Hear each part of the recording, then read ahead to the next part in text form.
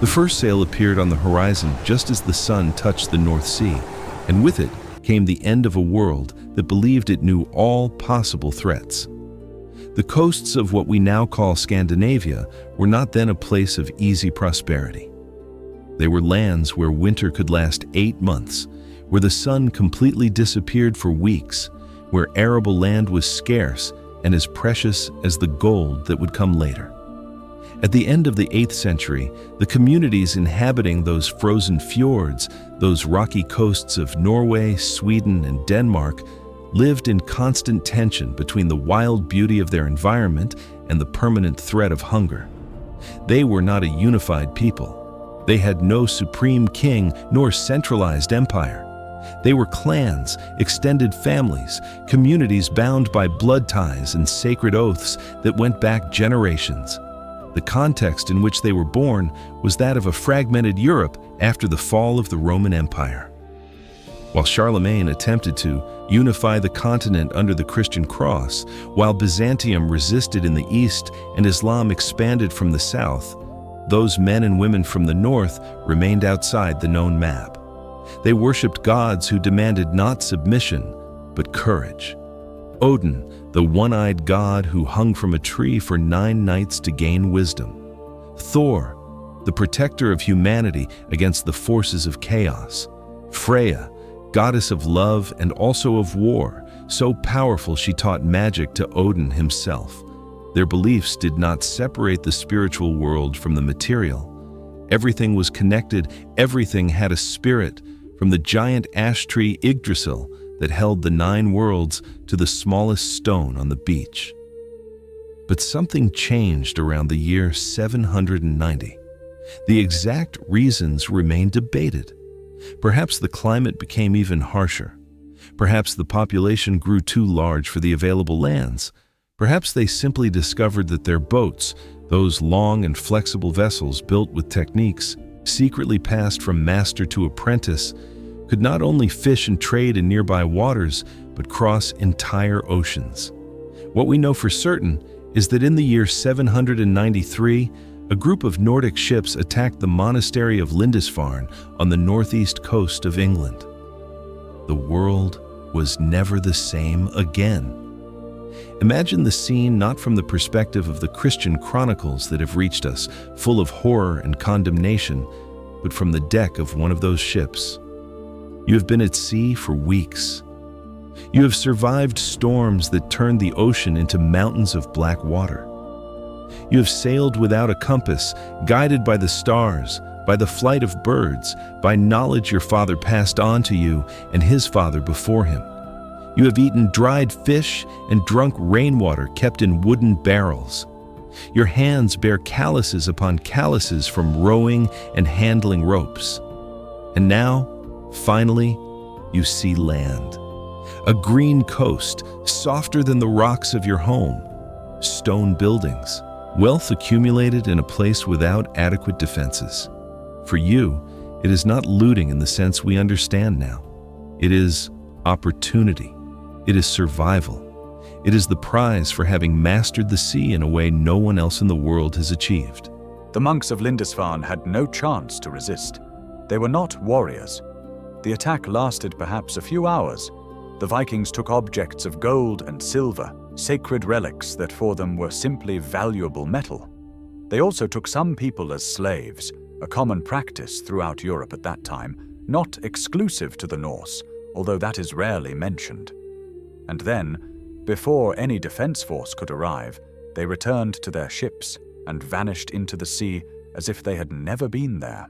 The Christian chronicles describe the event as the end of the world, as divine punishment, as the arrival of pagan demons from the north. And thus began the Vikings' black legend, a narrative that would last more than 1,000 years. But that narrative deliberately omits what came next. For the next 2.5 centuries, from the late 8th century to the mid-11th century, the Vikings did not only attack, they explored, they traded, they colonized, they founded cities, they established kingdoms. And they did so with a geographical ambition unmatched by any other European civilization of their time. The peak Viking moment was not a specific date, but a whole era, approximately between the years 850 and 1050, when their influence spread from Greenland to Baghdad, from the Arctic to the Mediterranean. To understand their true power, we need to destroy the image of the irrational savage and replace it with something more accurate and disturbing.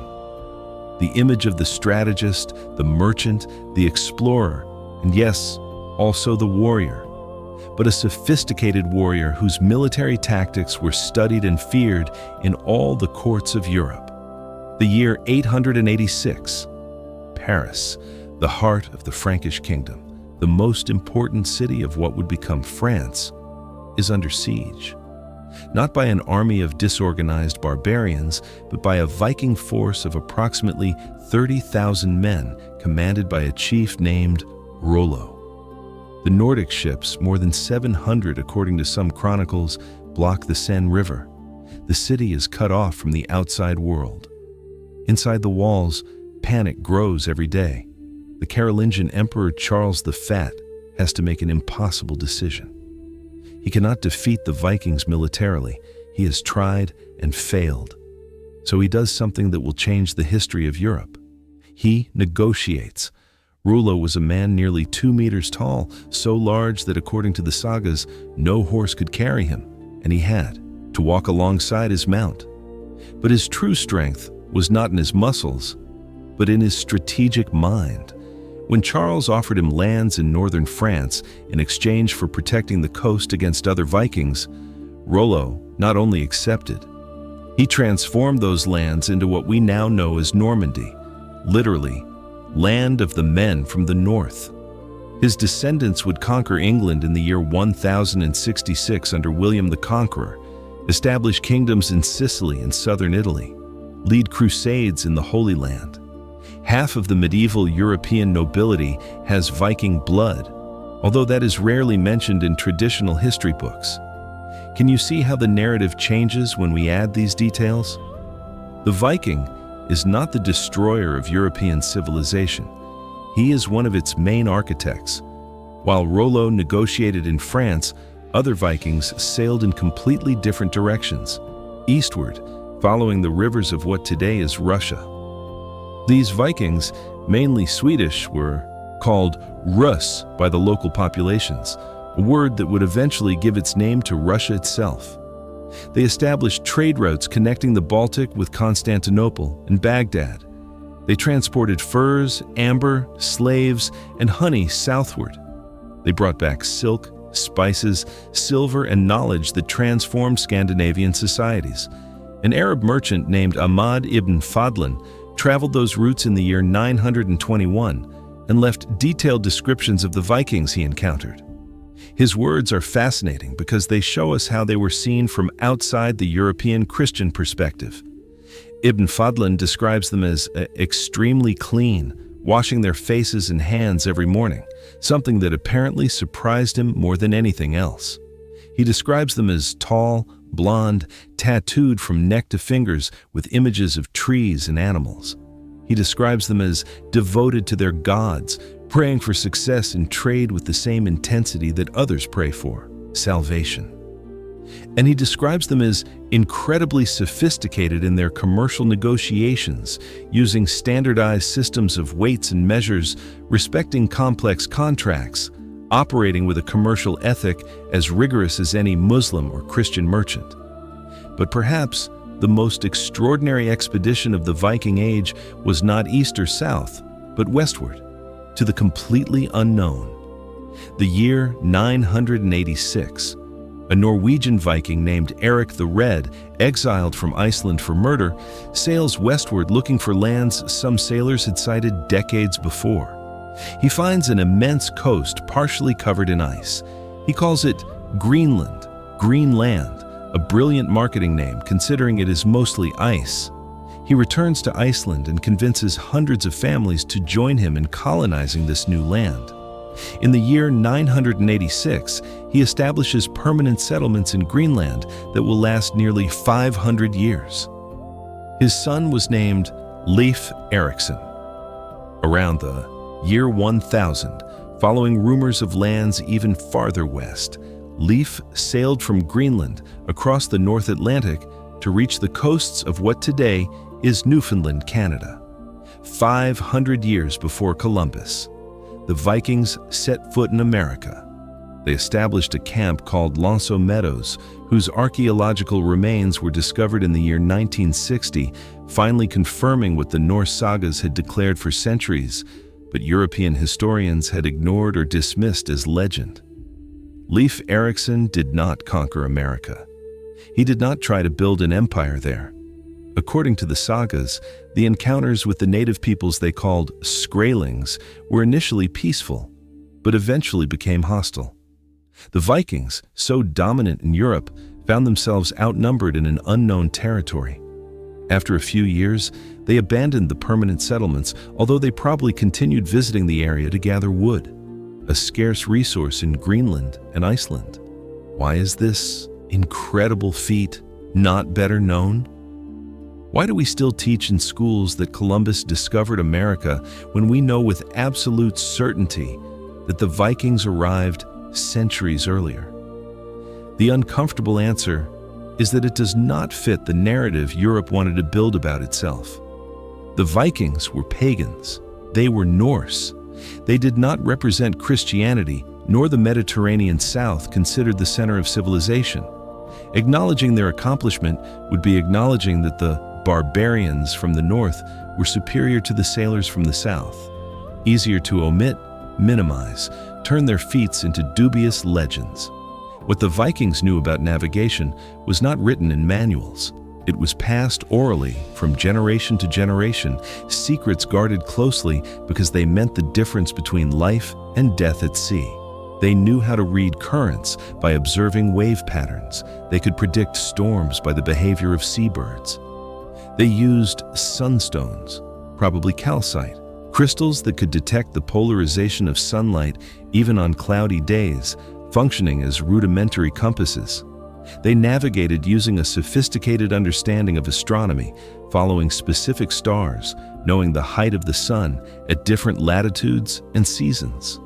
Their ships, the famous Drakkar or dragon ships, were masterpieces of engineering.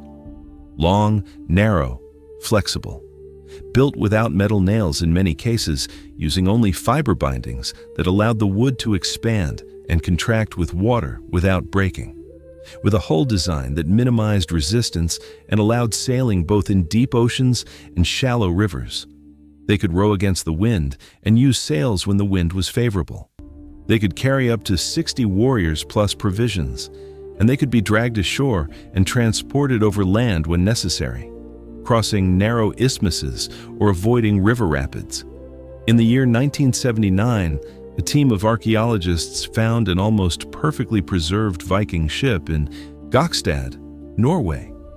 It had been buried in clay for more than 1,000 years. The vessel was 23 meters long. Modern experts built an exact replica and sailed it across the Atlantic in 1993 to demonstrate that Leif Erikson's journey was not only possible, but relatively safe in experienced hands. The modern ship, built with Viking techniques, sailed the ocean without significant problems. Imagine the knowledge required to design something like that without formal mathematics, without written plans, without engineering institutions. Pure knowledge distilled from centuries of experience, from mistakes that cost lives, from successes memorized and passed on as sacred treasures. But the Vikings knew not only about ships and seas. Their societies, though decentralized, operated under surprisingly sophisticated legal systems. The Thing was an assembly where free men gathered to resolve disputes, establish laws, and make communal decisions. It was not democracy in the modern sense, but it was participation. In Iceland, the Althing, established in the year 930, is considered one of the oldest parliaments in the world still functioning in some form. Viking women had rights that their contemporaries in Christian Europe did not have. They could inherit property. They could initiate divorce themselves. They could manage farms and businesses when their husbands were on long journeys. Some, although probably few, apparently fought as warriors, although the debate about shield maidens continues among historians. What is not debated is that they had significantly higher social and legal status than women in most medieval European societies. When today we talk about gender equality as a modern invention, we are forgetting that 1,000 years ago, on the frozen northern coasts, there were societies that practiced it in ways that would take centuries to reappear. Their art was distinctive and complex, the interlaced patterns decorating their ships, weapons, jewelry, and tools were not simple decorations. They were visual narratives. They told stories of gods and heroes. They represented the intertwining of fates, the Nordic concept of weird, the web of causes and consequences connecting all events. They worked metal with extraordinary technique, creating swords with pattern-welded steel, multiple layers of metal forged together, producing blades that were both flexible and hard, capable of holding a deadly edge. A high-quality Viking sword was an immensely prestigious object, often inherited across generations, sometimes named as if it were a living entity. And they guarded something else, an oral tradition of sagas that preserved stories for centuries before finally being written down in the years 1200. The Poetic Edda, the Prose Edda, the sagas of the Icelanders. These were not simple entertainment tales. They were repositories of cultural memory, history, philosophy. The Icelandic sagas in particular present complex narratives about families, honor, revenge, and fate, with a psychological sophistication rivaling much modern literature. The characters are not simple heroes or villains. They are complex humans trapped in webs of social obligations, struggling with genuine moral dilemmas. This whole complex civilization, this whole network of knowledge and achievements has been reduced in popular memory to a caricature. The Viking with a horned helmet, screaming wildly while burning villages. Here is the central mystery that should trouble us. How is it possible that a civilization so advanced in so many aspects was remembered almost exclusively for its most violent traits? And more disturbing still, what did the Vikings know that was lost when their culture was finally absorbed and replaced by European Christianity? Because there are strange gaps in what we know about them. We have their ships. We have their graves. We have objects, weapons, jewelry. We have sagas written centuries after the events they describe. But we have almost no contemporary written records from their peak era. The Vikings used runes, a 24-character alphabet adapted for carving in wood or stone, but the surviving runic inscriptions are mostly brief: names, commemorations, property marks. Nothing comparable to the libraries of other civilizations. Why? Some theories suggest they simply preferred oral tradition. Others propose they wrote on wood that decomposed over time. But there is a more unsettling possibility.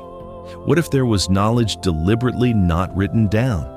Secrets transmitted only orally from master to apprentice, from generation to generation, that died out when the last practitioners converted to Christianity? Consider their navigation routes. The Vikings reached America 5 centuries before Columbus. They sailed from the Baltic to Baghdad. They circumnavigated Europe following routes other sailors considered impossible. How exactly did they do it? The explanations we have are partial. Yes, they used stars. Yes, they observed birds. Yes, they probably used sunstones. But to turn those techniques into the ability to cross the North Atlantic repeatedly, with enough success to establish permanent colonies, requires a level of knowledge we do not yet fully understand. In the year 2015, scientists analyzed a fragment of crystal found in an 11th century Viking shipwreck. They determined it was Icelandic calcite, capable of detecting polarized light, a real sunstone. But how did the Vikings know this particular crystal had that property? They had no microscopes. They had no physical theories of light. They discovered it by observing and experimenting over generations. How many other similar discoveries did they make that we never recorded because they were lost when their culture was Christianized? Here's a question for you. For whoever is hearing this story now, how much knowledge have we lost from civilizations written about by their enemies instead of preserved by their heirs? How many times is the history we learned the victor's version, designed not to illuminate, but to justify? Leave your answer in the comments. Do you believe there are specific Viking knowledges lost forever? Or do you think everything important survives somehow? Because what we know for certain is that from the 11th century, something changed fundamentally. The transformation of the Vikings was not a dramatic fall like that of the Roman Empire. It was something subtler and in a way more complete.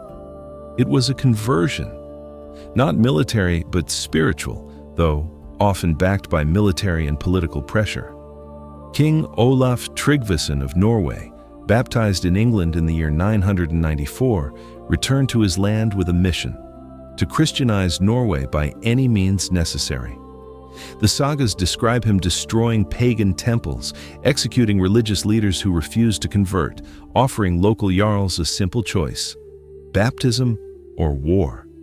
He was not the only one.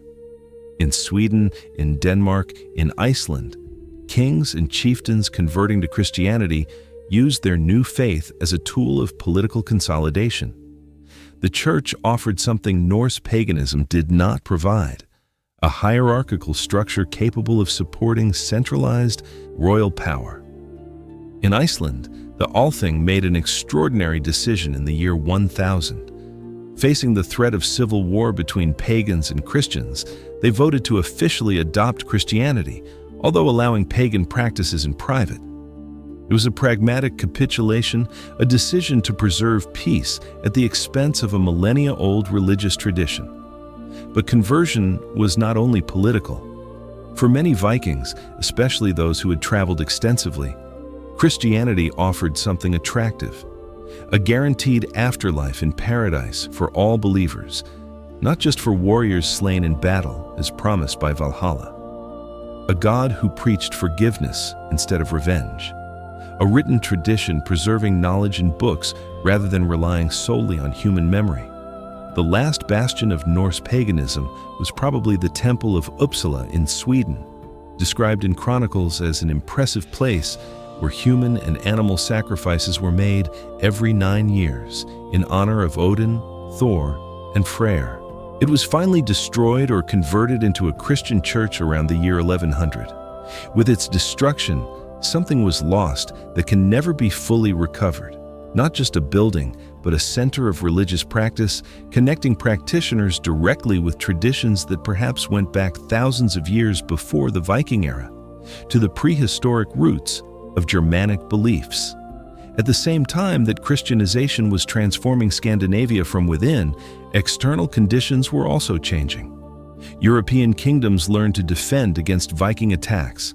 They built better fortifications, organized defensive fleets, improved their own naval capabilities. The element of surprise that the Vikings had exploited for 2 centuries no longer worked when every coastal monastery had early warning systems and fortified refuges. The trade routes that the Vikings dominated began to be controlled by other powers. The rise of more centralized kingdoms in Rus and Slavic realms in Scandinavia itself meant that the Viking model of independent clans operating autonomously was no longer economically or militarily viable.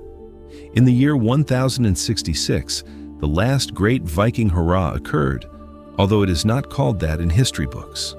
William the Conqueror invaded England, but William was Duke of Normandy, direct descendant of Rollo the Viking. His tactics, military organization, and culture had deeply Nordic roots, even though he himself was Christian and spoke French. In a way, the Vikings finally conquered England, not as Scandinavian pagans, but as Christianized Normans. The transformation was complete. By the year 1200, the Viking Age had officially ended. Scandinavia was Christian. Its kingdoms were centralized under monarchies resembling European models more than the old clan confederations. The old gods survived only in quietly told stories, in rural traditions that refused to die completely, in the sagas finally being written by Christian monks who preserved ancient stories even as they promoted the new faith. But here is the extraordinary. Although Viking culture was transformed to be almost unrecognizable, its legacy did not disappear. It infiltrated everything that came after. When you walk the streets of Dublin, you are walking through a city founded by Vikings in the year 841.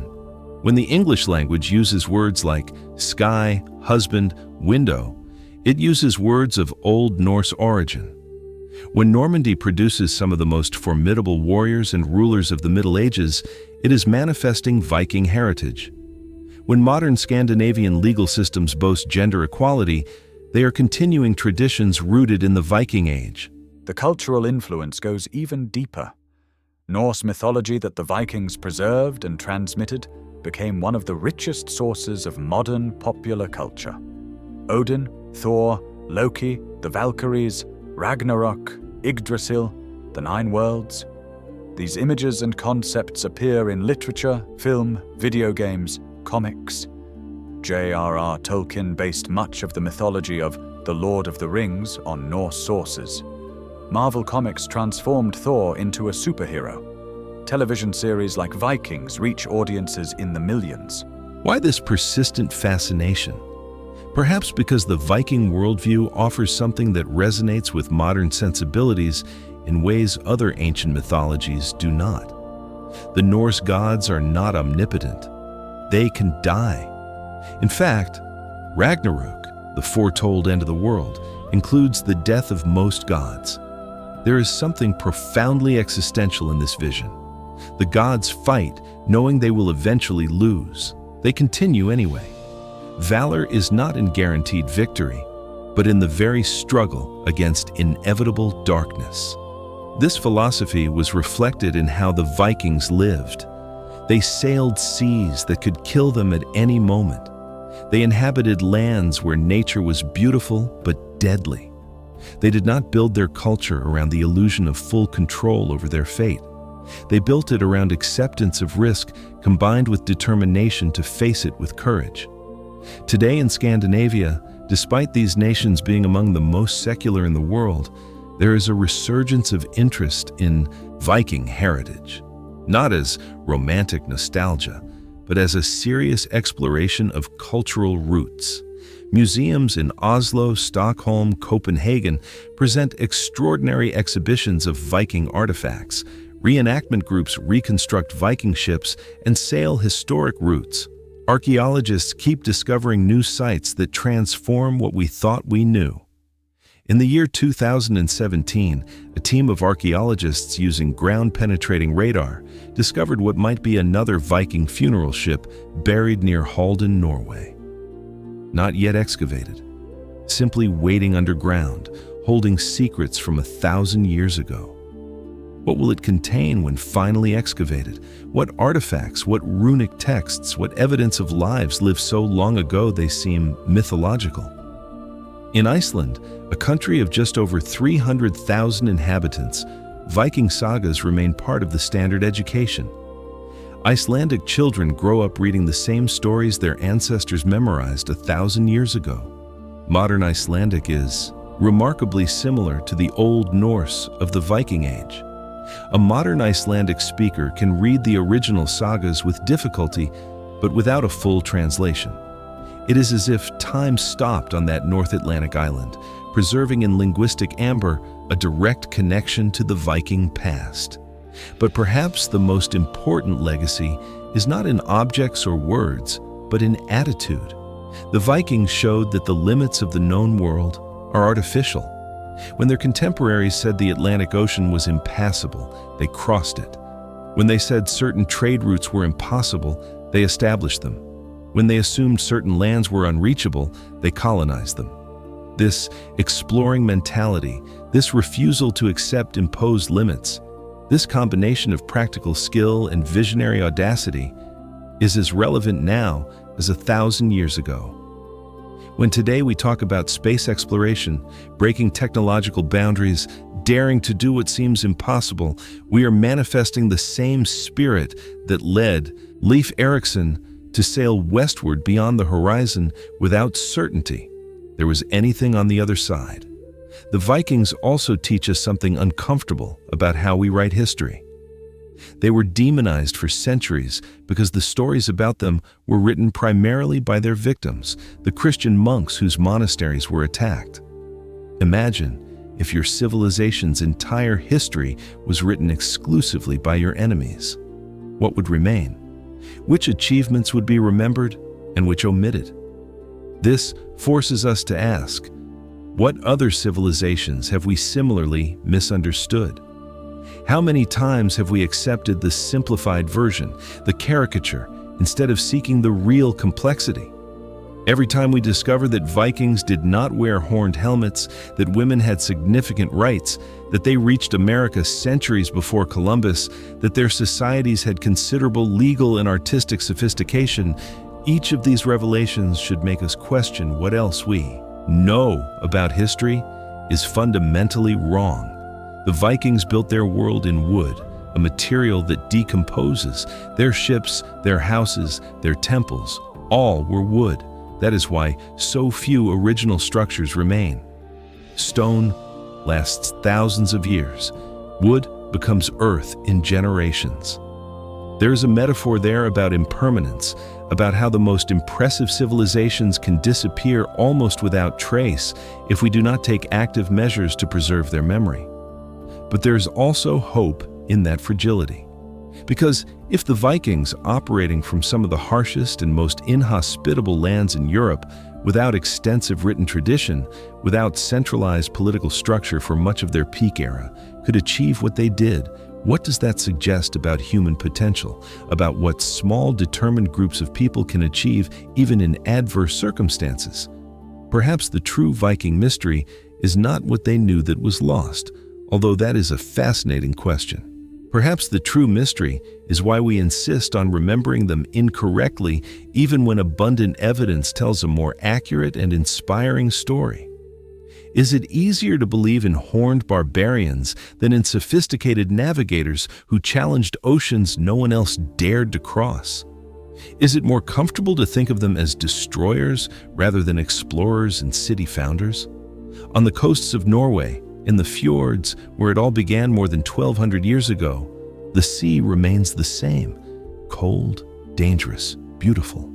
The same stars that guided Viking navigators shine over those waters.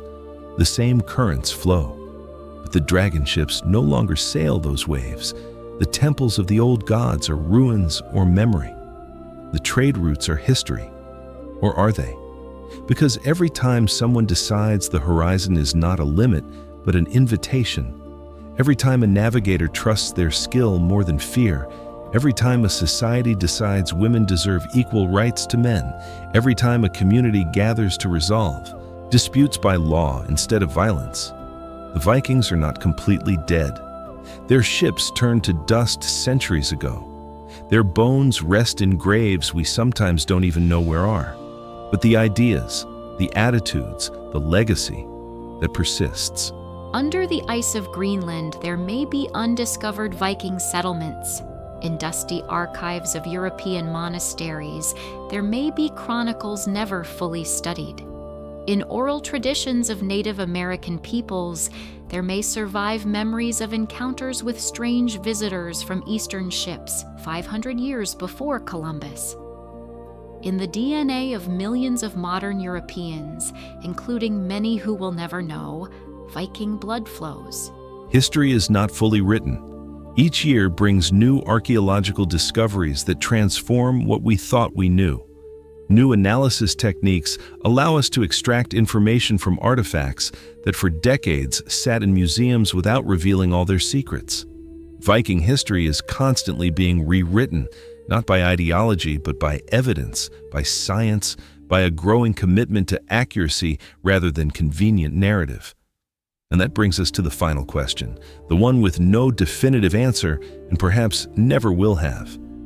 If the Vikings could see the modern world, If they could see how we remember them and how their legacy has influenced everything from languages to legal systems to popular culture, would they recognize themselves in what we have preserved?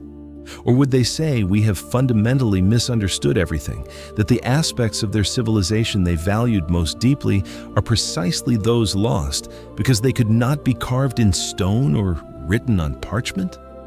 Perhaps the true Viking treasure still buried is not gold or weapons, but knowledge. Knowledge of navigation so precise it allowed repeatable intercontinental voyages. Knowledge of shipbuilding so advanced their designs still impress modern engineers. Knowledge of social structures allowing gender equality a millennium before it became standard. Knowledge of pharmacology and medicine enabling survival of wounds and illnesses in conditions where others died. Part of that knowledge survives in fragmentary forms.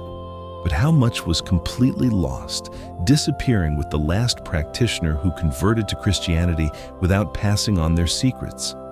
How much was lost when the last dragon ship rotted without anyone recording exactly how it was built?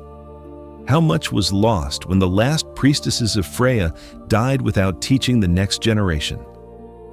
These questions have no answers, only speculation. And perhaps that is appropriate. The Vikings lived in a universe of mystery, where gods were real but unpredictable, where fate was partly written but always negotiable through brave actions. They did not have all the answers. They did not pretend to. They sailed literally and metaphorically toward unknown horizons, trusting in their skill, courage, and community. 1,000 years later, standing on the coasts they left behind, looking at the same seas they crossed, we cannot fully recover what was lost, but we can refuse to forget. We can insist on the complex history rather than the simple caricature. We can recognize that the barbarians were often more civilized than those who judged them. We can admit that the history we were taught was incomplete, biased, designed to serve narratives unrelated to truth. And we can ask ourselves, here at the end of this exploration, what other truths about our past do we continue to misunderstand deliberately because reality is more uncomfortable than legend?